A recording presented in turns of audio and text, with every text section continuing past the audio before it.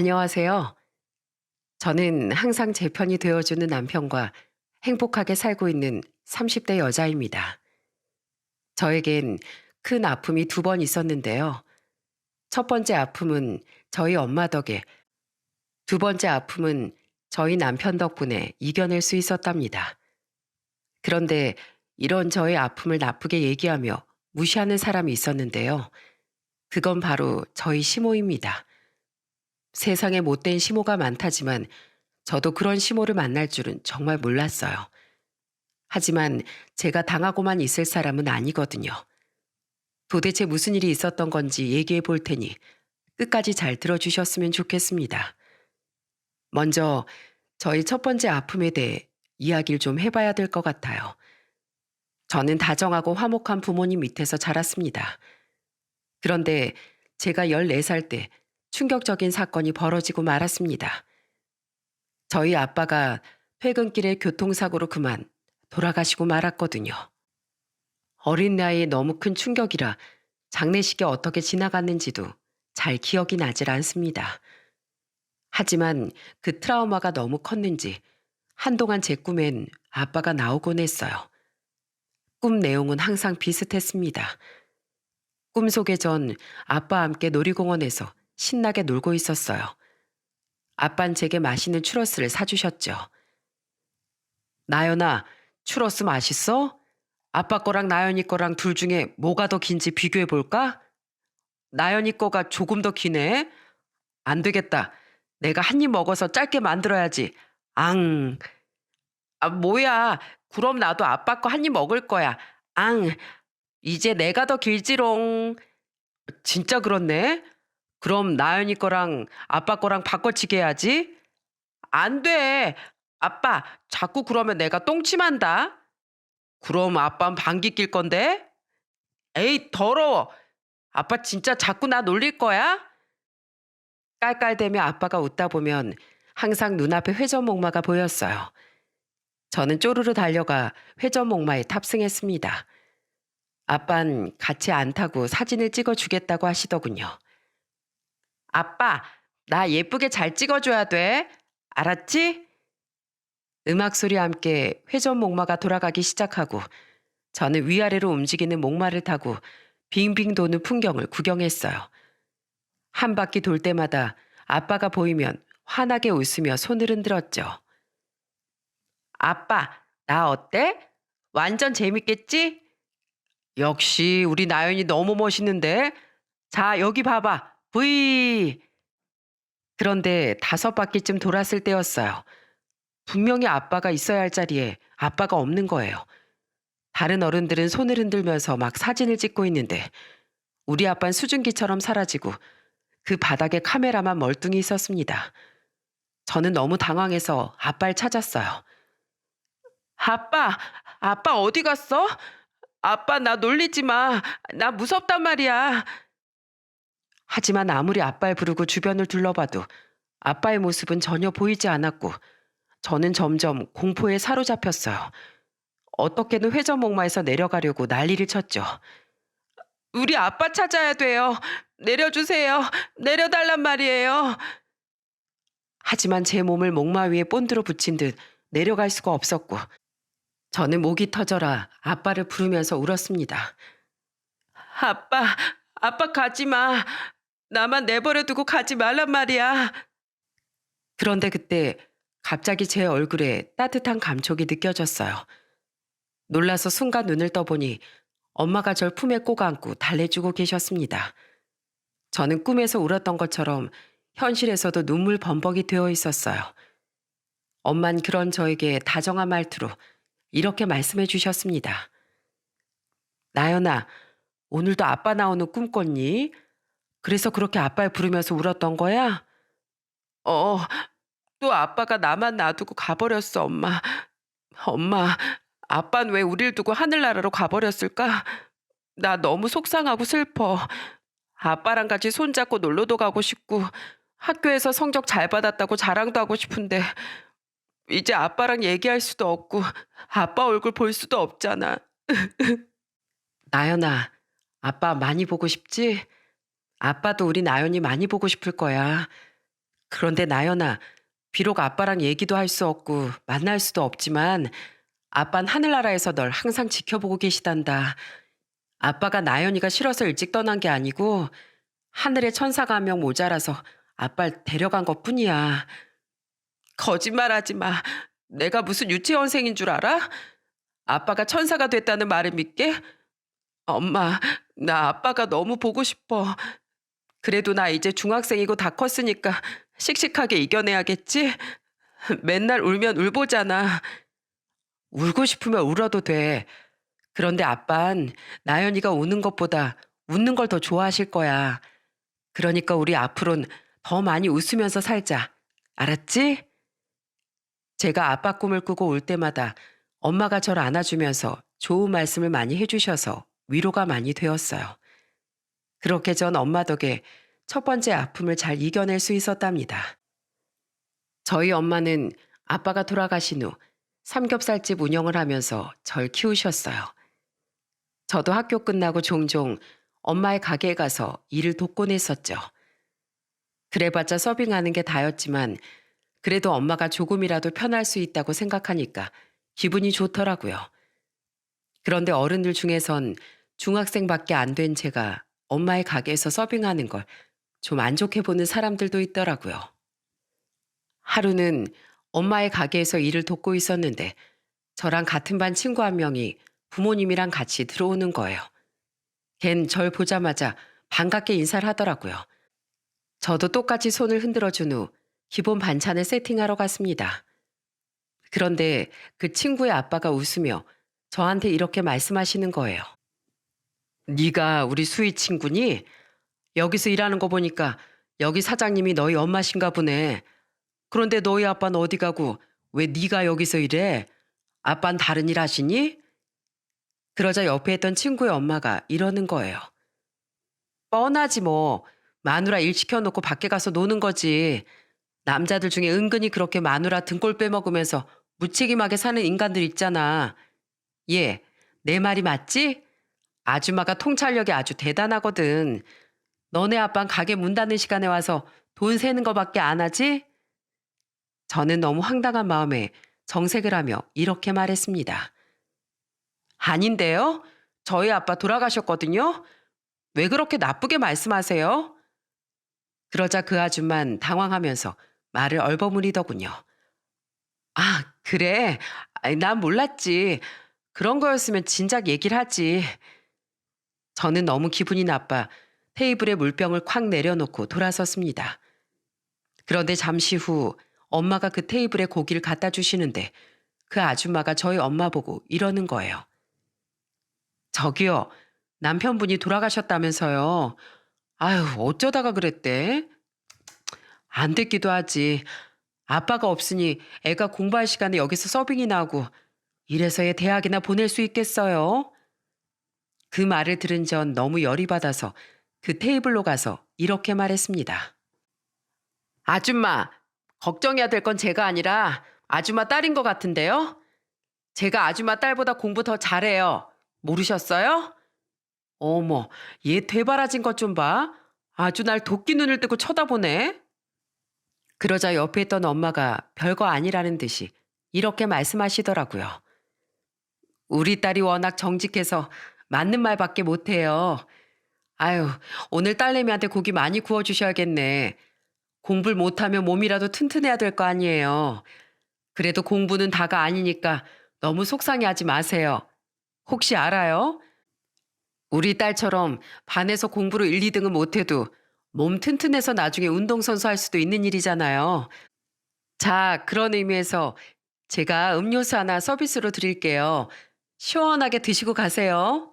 어머, 사람을 완전 돌려서 까고 있네. 진짜 별꼴이야. 아주만 그렇게 말하면서 씩씩거렸는데 엄만 저보고 더 이상 신경 쓰지 말라며 주방으로 데리고 가시더군요. 저는 너무 분했는데 엄만 아무렇지도 않은 것 같았어요. 엄마 말씀이 살다 보면 이런 사람도 있고 저런 사람도 있으니까 매번 거기에 휘둘릴 필요 없다고 하시더라고요. 그런데 다음 날 그 친구가 저한테 초코우유 하나를 건네더니 이렇게 말하는 겁니다. 나연아, 우리 아빠가 너랑 너희 엄마한테 너무 죄송하다고 나보고 대신 전해달래.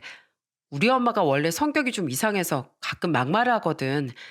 난 그래도 너랑 이런 일로 사이 나빠지고 싶지 않아. 그러니까 이 초코우유 받아주고 나 미워하지 말아주라. 친구 잘못도 아니고 그 엄마가 막말한 거라 저도 친구랑 딱히 절교하고 싶은 생각은 없었어요. 그래서 그 친구의 사과를 받아주고 그냥 평소처럼 지냈답니다. 그 이후에도 전 엄마랑 같이 서로 의지하면서 악착같이 살았어요. 아빠가 없는 빈자리가 가끔 느껴질 때도 있었지만 엄마가 절 위해 두 배로 노력하고 있다는 걸 알고 있었기 때문에 저도 내색하지 않고 씩씩하게 지냈답니다. 그러다 보니 아빠가 꿈에 나오는 일도 점점 줄어들게 되었어요. 저도 울다가 깨지 않고 편하게 잠을 잘 수 있게 되었죠. 그리고 고등학생이 되었을 땐 큰 결심을 하고 엄마를 졸라 같이 놀이공원에 갔답니다. 저기다, 저기. 엄마, 회전목마 저기 있어. 나랑 같이 타자. 저는 엄마의 손목을 끌고 회전목마 쪽으로 갔습니다. 음악과 함께 회전목마가 돌아가기 시작하고 전 더 이상 꿈속에서 아빠가 서 있었던 자리를 바라보지 않았어요. 오직 제 옆자리에서 오르락 내리락 하고 있는 엄마를 보며 까르르 웃기만 했죠. 한참이 지나 회전목마가 멈출 때까지도 저는 단 한 번도 울지 않고 그곳에서 내려올 수 있었답니다. 이렇게 전 한 단계 성장하게 되었어요. 그리고 그날 너무 배가 고파서 놀이공원 안에 있는 식당에 갔습니다. 그런데 엄마가 메뉴판을 보더니 머뭇거리시는 거예요. 아무래도 가격이 생각보다 비싸서 당황하신 것 같았습니다. 그때 전 가방에서 지갑을 꺼낸 후 엄마 손을 잡고 성큼성큼 카운터 쪽으로 갔답니다.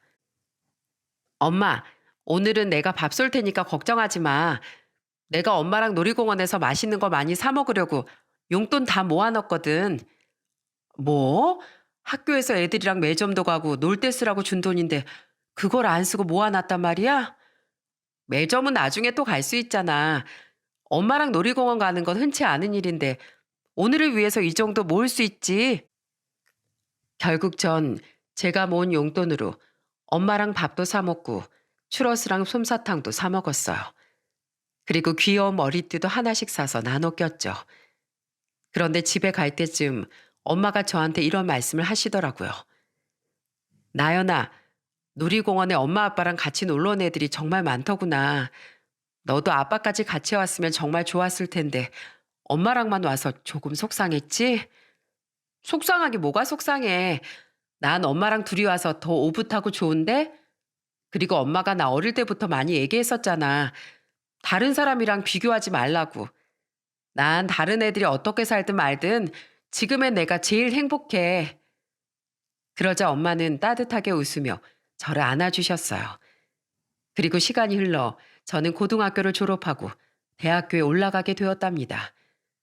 엄만 일주일에 딱 하루 쉬셨는데 그날은 항상 저랑 같이 동네 뒷산에 올라가서 산책도 하고 운동도 했어요. 저는 산을 내려오면서 엄마 팔짱을 끼고 마트에 가자고 조르기도 했답니다. 저는 엄마를 위해 계란도 삶고 마트에서 사온 여러 종류의 야채들로 샐러드를 종종 해드렸어요. 저희 엄만 고기 냄새를 하도 맡아 질린다고 이런 아삭하고 상큼한 걸 더 좋아하셨거든요. 그렇게 전 엄마와 사이좋게 지내면서 행복한 시간을 보냈답니다. 그 후 저는 대학을 졸업하고 평범한 직장에 취업했어요. 어느덧 제 나이도 30대 중반이 되어버렸죠. 그런데 저희 엄마가 어느 날부터 자꾸 기침을 하시더니 하루는 목에서 피가 섞인 가래가 나오는 겁니다. 깜짝 놀라 병원에 가서 검사를 해보니 폐암이라고 하더군요. 아무래도 고깃집을 하면서 연기를 많이 맡아서 그런 것 같았어요. 그런데 발견했을 땐 이미 진행이 많이 된 상태라 항암 치료랑 방사선 치료도 다 해봤지만 1년 만에 돌아가시고 말았답니다. 그때 제 나이 35살, 아빠가 돌아가신 후 제 인생의 두 번째 아픔이 되고 말았습니다. 저는 너무 큰 슬픔에 그만 주저앉아 버렸어요. 엄마, 정말 이대로 가버리는 거야? 나한테 가족은 엄마뿐인데 날 두고 이렇게 가버리면 어떡해. 그런데 하나뿐인 가족을 잃고 슬픔에 잠겨있던 절 곁에서 위로해주던 사람이 한 명 있었어요. 그건 바로 고속버스 기사로 일하던 저희 남편이었습니다. 지인의 소개로 만난 저희 남편은 저랑 만난 지 얼마 되지도 않았는데도 장례식 내내 제 옆을 지키며 힘이 되어 주었어요. 나연 씨, 어머님도 아버님처럼 분명 좋은 곳으로 가셨을 거야. 저 멀리에서 나연 씨를 지켜보고 계실 거라고. 그리고 나연 씨는 절대 혼자가 아니야. 나연 씨 옆엔 이렇게 내가 있잖아. 그러니까 슬프거나 울고 싶을 땐 그냥 나한테 마음껏 울고 소리쳐. 알았지? 저는 남편의 말대로 남편의 가슴을 치며 제 슬픈 마음을 마구 쏟아냈습니다.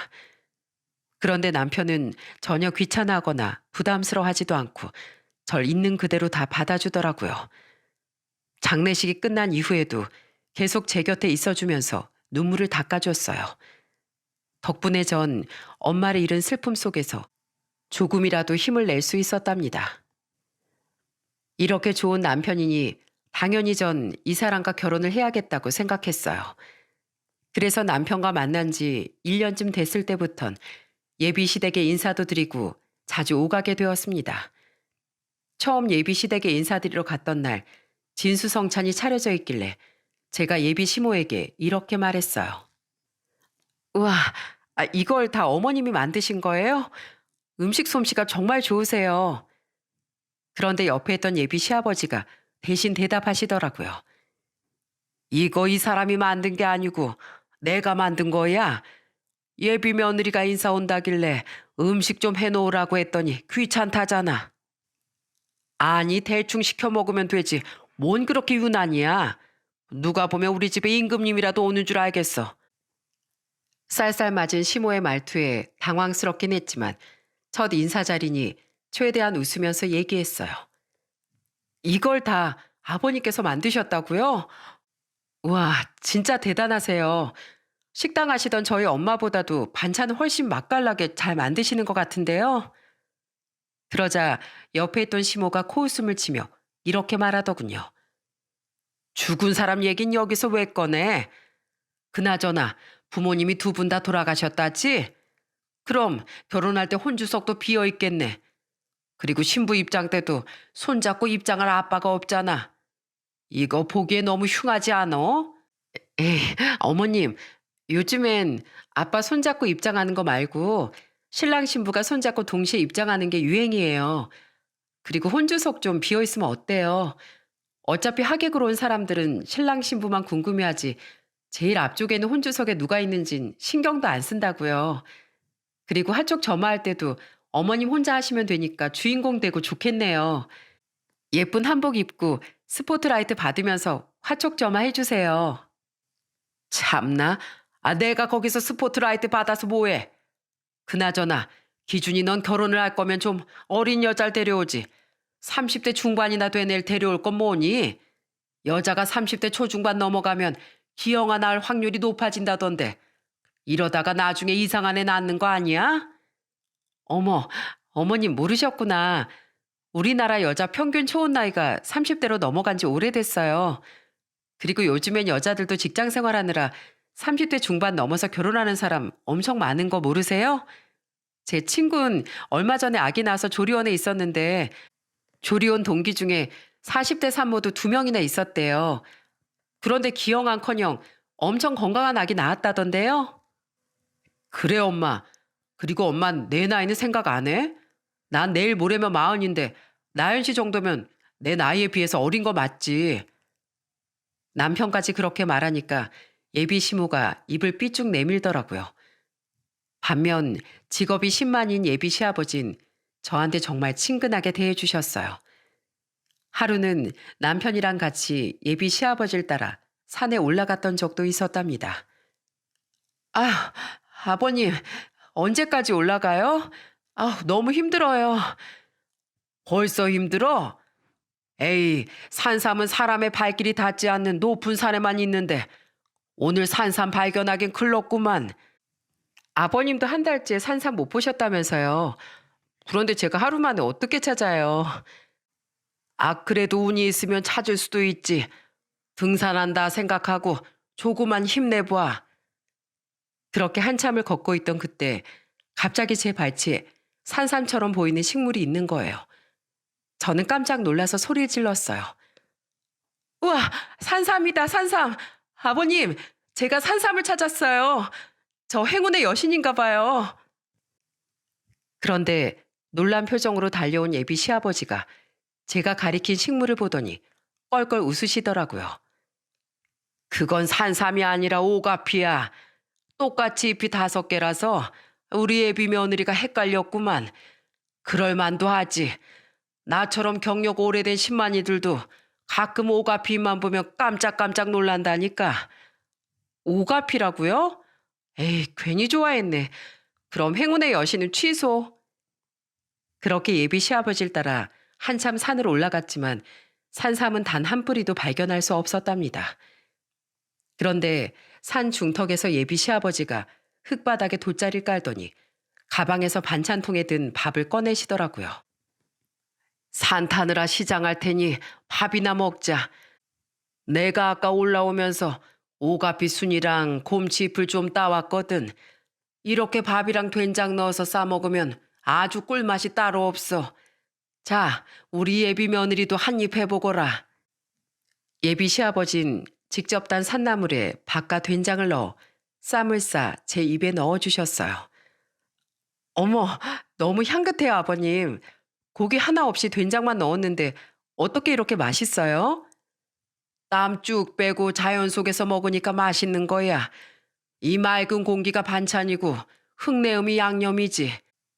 내가 이 맛에 10만 일을 못 그만둔다니까.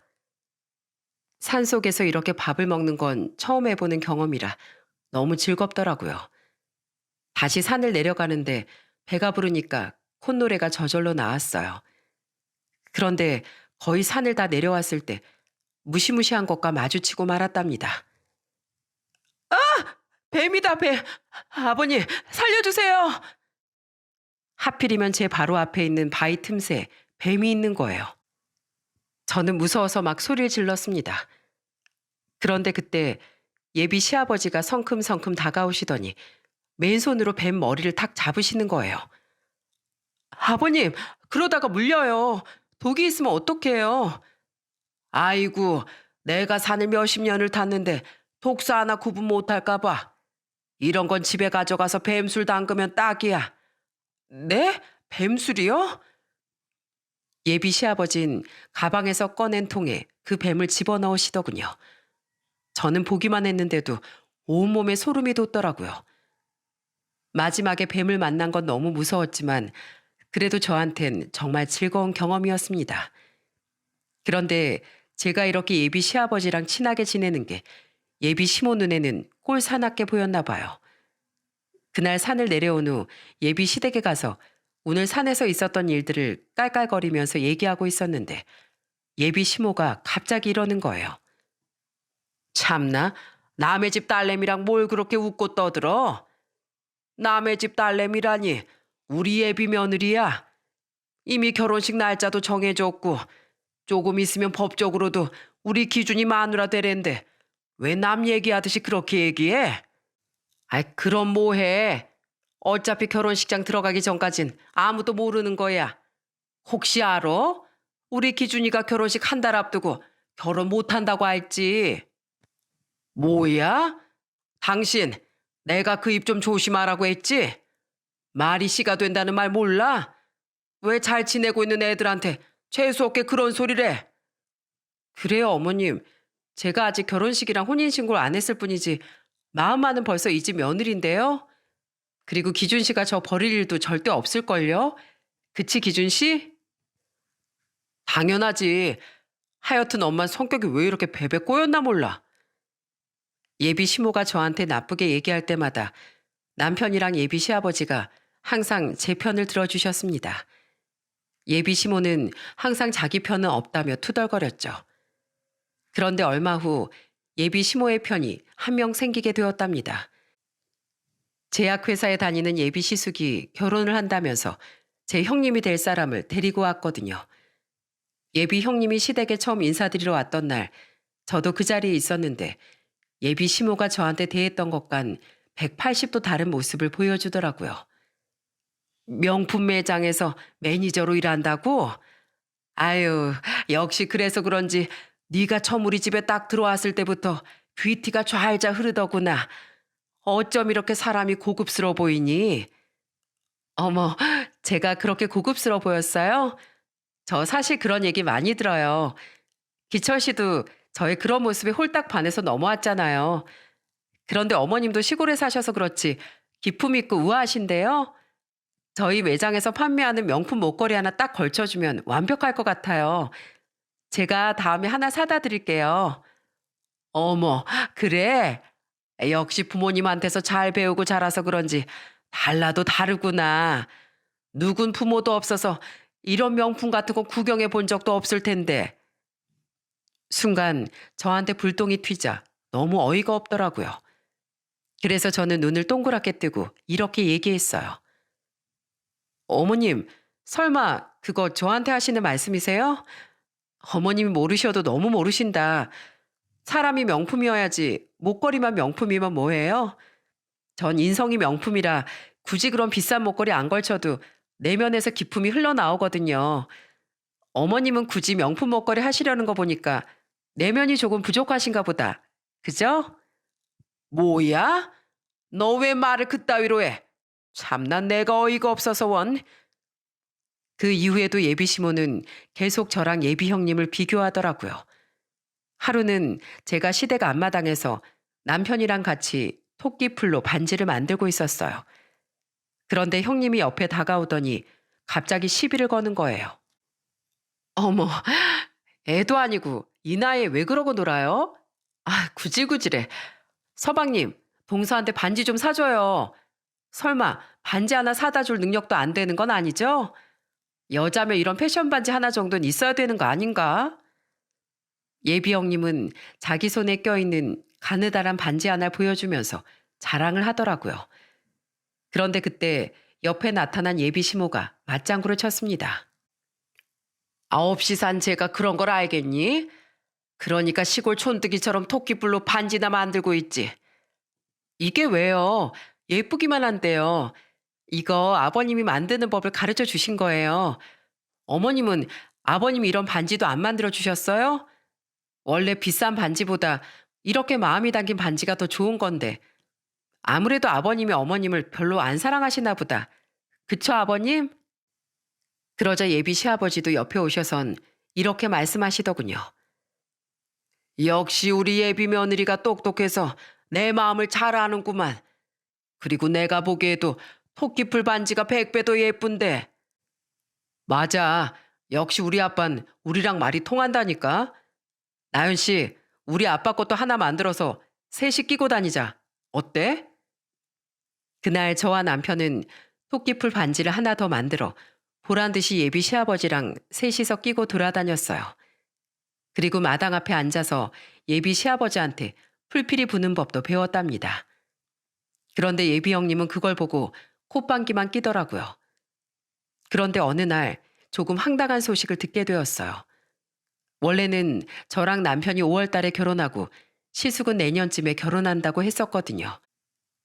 2년이나 만난 저희와는 다르게 시숙은 예비 형님이랑 아직 몇 달 안 만난 상태였거든요. 그런데 갑자기 저희보다 한 달 빠른 4월에 결혼을 하겠다는 겁니다. 너무 성급하지 않냐고 했더니 예비 시모가 능력 있는 사람끼리 빨리빨리 결혼하면 좋다면서 맞장구를 치더군요. 전 그냥 나이도 있으니 결혼이 급한가 보다 하고 생각했습니다. 그런데 결혼식을 몇 달 앞둔 설날 때였어요. 시댁에 갔는데 다 같이 모인 자리에서 예비 시모가 이런 말을 하는 거예요. 이제 너희 둘 다 결혼이 얼마 안 남았으니 신혼집을 슬슬 구해야겠지? 내가 생각해 봤는데 기철이가 장남이기도 하고 한 달이라도 먼저 결혼하니까 3억 5천짜리 전셋집을 하나 해주마. 그러자 예비 형님은 입이 아주 귀까지 찢어져선 엄청 좋아하더라고요. 그런데 예비 시모의 다음 말을 들은 전 너무 황당해서 뒤통수를 얻어맞은 줄 알았어요. 그리고 기준이 넌 내 월세집을 하나 얻어주마. 내가 너희 직장 근처 시세를 알아보니까 3천에 70짜리 정도면 충분하겠더구나. 그러자 남편이 어이없어 하면서 예비 시모한테 이렇게 말했어요. 아니 엄마, 해주려면 똑같이 해줘야지. 아무리 형이 장남이라지만 너무 차별하는 거 아니야? 그럼 없는 형편의 집을 어떻게 두 채나 해주니? 그리고 신혼부부가 너무 다 갖추고 시작하려고 하면 안 돼. 없는 형편에서도 아끼면서 차곡차곡 모아가는 재미로 살면 되는 거지. 안 그러냐? 그런데 더 어이없는 일은 그 뒤에 터졌습니다. 옆에서 실실거리고 웃고 있던 예비 형님이 갑자기 이런 말을 하는 거예요. 어머님, 진짜 현명하시네요. 3천에 70짜리 월세집이라니 딱 수준에 맞게 얻어주셨어요. 동서한테 그런 집이 딱 어울리잖아요. 순간 저는 화가 머리끝까지 폭발하고 말았습니다. 형님, 그게 무슨 말씀이세요? 수준에 맞다뇨? 형님이랑 저랑 뭐가 그렇게 수준 차이가 나는데요? 맞아, 형수님. 그게 무슨 막말이에요? 우리 엄마가 전셋집 해준다고 하니까 눈에 뵈는 게 없어요? 그런데 예비심은 거기서 한마디 더 거들더군요. 아, 시끄러워. 우리 큰며느리가 맞는 말 했는데 왜 그래? 솔직히 부모도 없는 애한테 비싼 집 해주는 것도 낭비야. 남들은 처갓집에서 이것저것 다 해준다는데 넌 해줄 부모도 없지 않니? 그리고 나중에 너희가 애라도 낳아봐라. 애 봐줄 친정엄마도 없으니 누구한테 봐달라고 할 거야? 설마 나한테 애를 맡길 건 아니지? 나 이 나이에 그 고생은 절대 못한다. 아니 어머님, 저 아직 임신도 안 했는데 왜 일어나지도 않은 일 가지고 혼자 상상하고 사람을 매도하세요? 그리고 부모도 없는 애한테 비싼 집 해주는 게 낭비라고요? 제가 언제 비싼 집을 해달라고 했어요? 적어도 형제끼리 차별을 하지 마셔야죠. 며느리 수준이 천지 차인데 어떻게 차별을 안 해? 그리고 솔직히 나 이 결혼 마음에 안 들어. 부모한테 배운 게 없으니 맨날 어른한테 이렇게 따박따박 말대꾸만 하잖니. 그리고 요즘 뉴스나 신문 좀 봐라. 어디서 사고치고 다니는 애들 보면 다 부모 없는 것들이야. 특히 여자애들은 얼굴 조금만 반반하면 술집으로 빠져서 남자들한테 술 팔고 웃음 팔고 할 줄 아는 게 그런 것밖에 없더라. 그리고 내가 저번에 어디서 들었는데 우리나라의 술집 여자들이 100만 명이 넘는다고 하더라. 그것들이 다 부모 없는 것들이야. 부모 없이 싹 쏙게 자라가지고 그게 나쁜 걸 줄도 모르고 그런 데서 일하는 거 아니냐? 어머님, 지금 말 다 하셨어요? 제가 술집에서 일하는 것도 아닌데 왜 술집 여자랑 절 비교를 하세요? 누가 보면 제가 술집에서 술 따르다가 기준 씨랑 만난 줄 알겠어요. 걔네들이랑 뭐가 달라? 부모 형제도 없이 의지할 곳 하나도 없는 게. 너도 눈이 있으면 이 형님 좀 봐라. 양친 다 살아계시고 부모한테 배운 게 많아서 아주 기품이 흘러넘치잖니. 너같이 목소리만큼 고아하곤 차원이 달라, 차원이. 고아요? 제가 왜 고아예요? 저요, 35살 때까지 엄마랑 같이 살았어요. 저희 아빠도 저 중학교 때 사고로 어쩔 수 없이 돌아가신 거고요. 돌아가시기 전까지 저 엄청 예뻐하시고 이것저것 많이 가르쳐 주셨어요. 그리고 저희 엄만 아빠 없이 저 키운다고 삼겹살집에서 고생하면서 사셨다고요. 저희 엄마가 얼마나 다정하고 현명한 분인 줄 아세요? 비록 2년 전에 돌아가셨지만 아직 살아계신 어머님보다도 훨씬 훌륭한 분이라고요. 그런데 어머님은 제가 부모가 없다는 이유 하나만으로 이렇게 절 무시하고 멸시하시네요. 저요, 엄마한테 사람을 비교하지 말라고 배웠거든요. 그런데 어머님을 보니까 비교를 할 수밖에 없네요. 저희 엄마는 항상 사람을 미워하지 말고 차별하지 말라고 하셨는데 어머님은 그 나이 먹고도 그런 기본적인 걸 모르시는 것 같네요. 어머님이야말로 어디 못 배우고 자라신 거 아니에요? 뭐야? 너 지금 말 다 했어? 이것 봐. 어른한테 말하는 꼬라지가 아주 정상이 아니잖아. 네, 저 정상 아니에요. 적어도 어머님한테 그렇겠죠. 왜냐고요? 어머님이 정상이 아니니까 제가 정상적으로 대할 수가 없잖아요. 그렇게 제가 싫으시면 며느리라고 생각하지 마세요. 저도 며느리 노릇 안 할 테니까요. 그렇게 예뻐하신 형님한테나 대접받으면서 사시면 되겠네요. 뭐라고? 내 아들이랑 결혼시켜주는 것도 감지덕지해야 될 마당에 네가 감히 며느리 노릇을 안 해? 됐다. 나 절대 이 결혼 못 시킨다. 그러니까 내 아들이랑 당장 헤어져. 아, 그러세요? 그럼 헤어져 드리죠 뭐. 저 아쉬울 거 하나도 없거든요. 그럼 더 이상 여기서 이렇게 피곤하게 말싸움할 필요도 없겠네요. 그럼 전 이만 가볼 테니까 가족끼리 얘기 실컷 나누세요. 그런데 제가 그렇게 말하고서 자리에서 벌떡 일어나자 갑자기 남편이 절 따라 일어나면서 밥상을 확 뒤엎어 버렸습니다.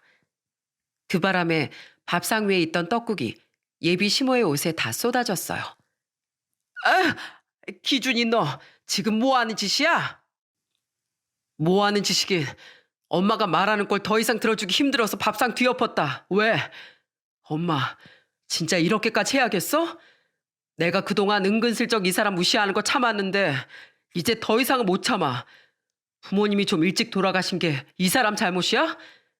가족도 없이 혼자서 열심히 살아가고 있는데 응원을 해주질 못할 망정 왜 매번 사람을 무시하고 깔봐? 그리고 아무리 엄마 마음에 안 들어도 내 아내 될 사람이야. 가족 간에도 지켜야 될 예의가 있는 거 몰라? 이 사람 말대로 엄마의 말로 배운 게 없어서 그러는 거야? 너 지금 엄마한테 대드는 거니? 저런 못된 애 편 만들고? 못된 건 이 사람이 아니라 바로 엄마야.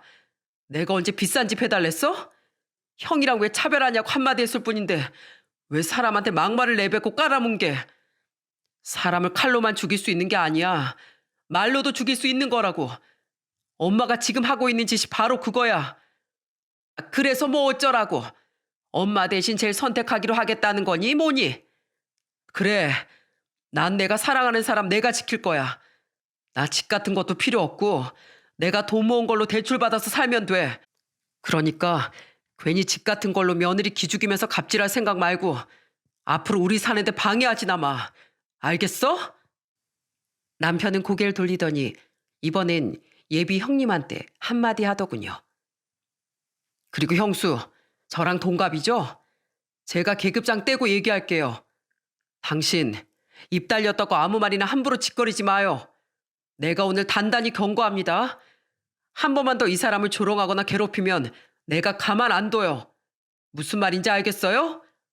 서방님, 그게 아니라. 그런데 그때 심각한 표정으로 듣고 있던 예비 시아버지가 버럭 화를 내셨어요. 집안 꼴 아주 잘 돌아간다. 내가 이래서 두 아들한테 똑같이 해주자고 했지. 그러게 왜 쓸데없이 사람을 차별하면서 고집을 부려. 내가 이럴 줄 알았어. 이게 다 당신 때문이야. 그 더러운 주둥이가 문제라고. 예비 시아버진 그렇게 말하고선 숟가락으로 예비 시모의 입을 탁 때리시더군요. 예비 시모는 아프다고 소리를 지르면서 욕을 했습니다. 저와 남편은 그러든지 말든지 그 자리를 빠져나왔답니다. 그 후 저와 남편은 한동안 시댁의 발길을 끊었어요. 당연히 시숙의 결혼식에도 안 갔죠. 이 모든 사태를 반감만 하던 시숙도 괘씸했으니까요. 그리고 저흰 결혼식을 취소하고 웨딩 사진만 찍은 채 혼인신고를 했답니다. 그리고 신혼집은 저희의 힘으로 마련했어요. 사실 제가 돌아가신 엄마한테서 물려받은 재산이 있었거든요. 엄마가 살던 집과 사망보험금 등 5억 가까운 돈이 제 수중에 있었어요. 그 돈에다가 남편 돈을 합치고 대출을 조금 받으니까 7억 원짜리 32평 아파트에 입주할 수 있게 되었답니다. 제가 신혼 때부터 넓은 집을 구했던 건 이유가 있었어요. 평생 제가 외동으로 자라 제 아이한텐 형제를 많이 만들어주고 싶었거든요. 적어도 3명 이상은 낳는 게 제 꿈이었답니다. 신혼집에 입주하던 날 남편이 저한테 이러더라고요. 여보, 그동안 우리 엄마가 막말하는 거 듣느라 스트레스 많이 받았지? 이제 우리 엄마 신경 쓰지 말고 우리끼리 잘 살자. 여보, 나랑 결혼해줘서 정말 고마워. 우리 앞으로 알콩달콩 행복하게 지낼 일만 생각하자고. 알겠지? 그날 이후 남편과의 행복한 신혼생활이 시작되었어요. 워낙 금술이 좋아서 그런지 결혼한 지 얼마 안 되어 저는 임신을 하게 되었습니다. 그런데 임신 소식을 듣게 된 시아버지가 어느 날 저희 집에 찾아오신 거예요. 선물이라며 보자기에 쌓인 박스를 하나 주셨는데 그 안에는 귀한 산삼이 들어있더라고요. 아버님, 정말 이걸 절 주시는 거예요? 이거 팔면 비싼 돈 받으실 수 있을 텐데 아까워서 어떡해요? 아깝긴 예쁜 우리 며느리랑 손주가 먹는 건데 아까울 리가 있겠나. 그나저나 괜히 네 시모 때문에 결혼식도 생략하고 내가 이거 정말 미안하구나. 아버님이 미안하실 게 뭐가 있어요. 어머님이 저한테 못되게 굴 때마다 항상 제 편 들어주셨잖아요. 전 그거면 충분해요. 그래도 집안의 제일 큰 어른으로서 그런 일이 벌어지지 않게 사전에 잘 단속을 했어야 되는데 내가 내 마누라 주둥이를 단속 못해서 이 사단이 일어났구나. 그동안 네 형님이랑 비교만 당하고 많이 속상했지? 네 시모는 명품 매장에 다니는 큰 며느리를 더 좋아할지 몰라도 나한텐 네가 훨씬 더 예쁜 며느리란다. 네 말대로 명품 옷에 명품 목걸이만 걸치면 뭐하니? 사람이 명품이어야지.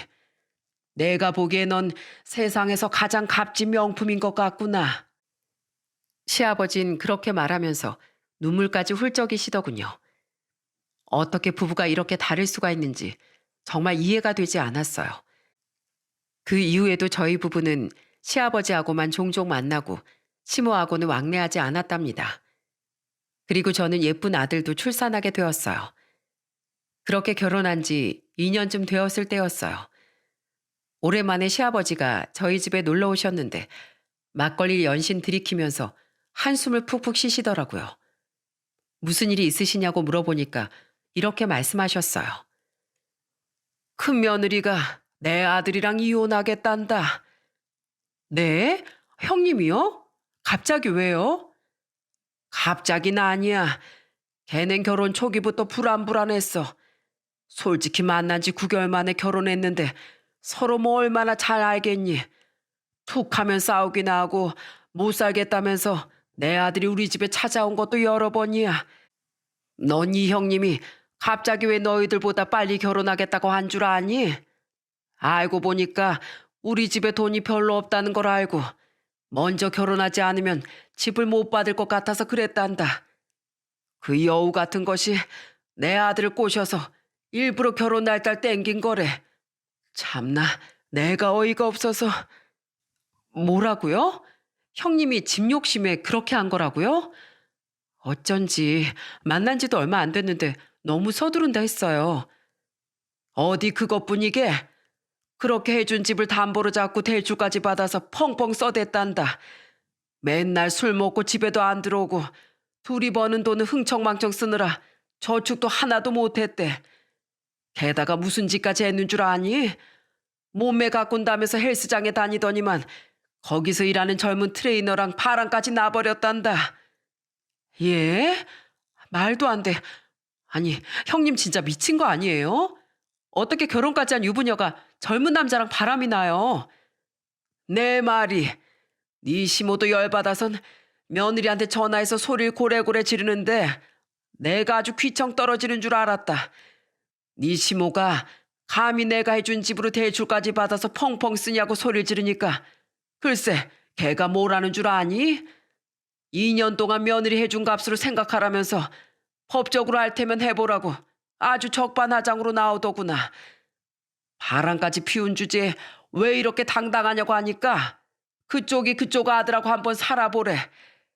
처음엔 좋았는데 2년 살아보니까 질린다면서 그런 놈이랑은 못 살겠다더구나.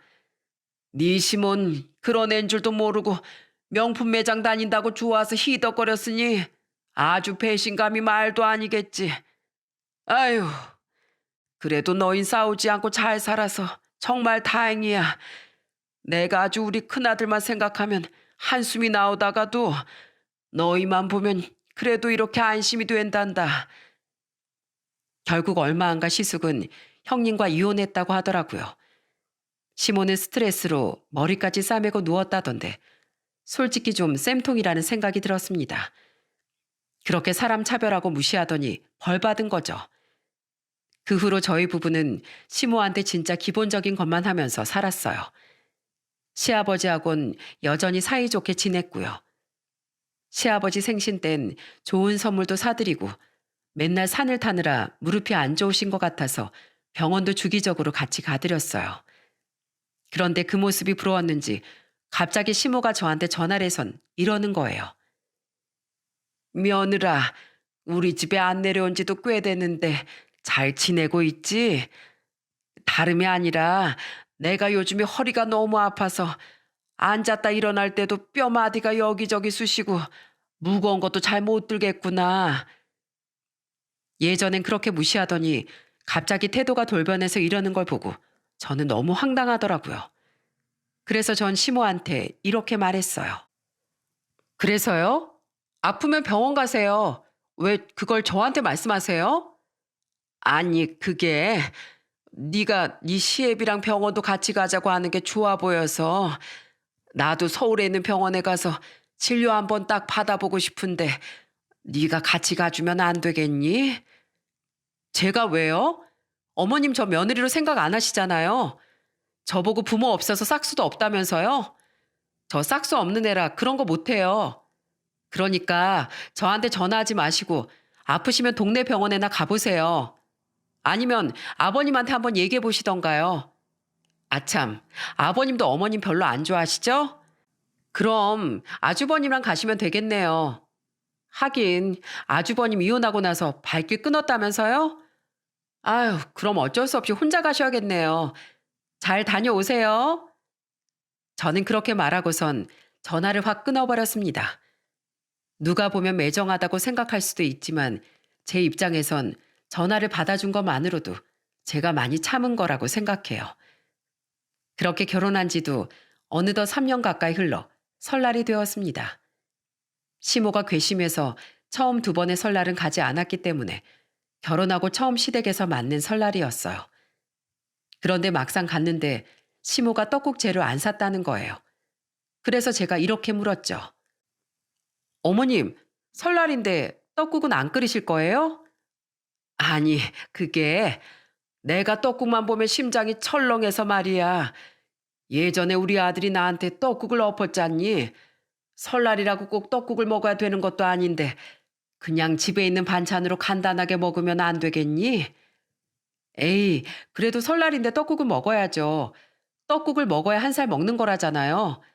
그럼 어머님은 혼자 드시지 마시던가요. 여보, 우리 떡국 재료 사러 가자. 우리끼리 끓여서 아버님이랑 같이 맛있게 먹자. 결국 그날 전 떡국 재료를 사다가 맛있게 끓인 후 남편이랑 시아버지랑 셋이서 맛있게 먹었답니다. 시모는 정말로 먹고 싶지 않은지 멀리 떨어져선 눈치만 보더라고요. 결국엔 배가 고팠는지 나중에서야 다 눌러붙은 떡국을 긁어서 드시던데 그럴 거면 처음부터 드시지 왜 고집을 부렸나 모르겠다니까요.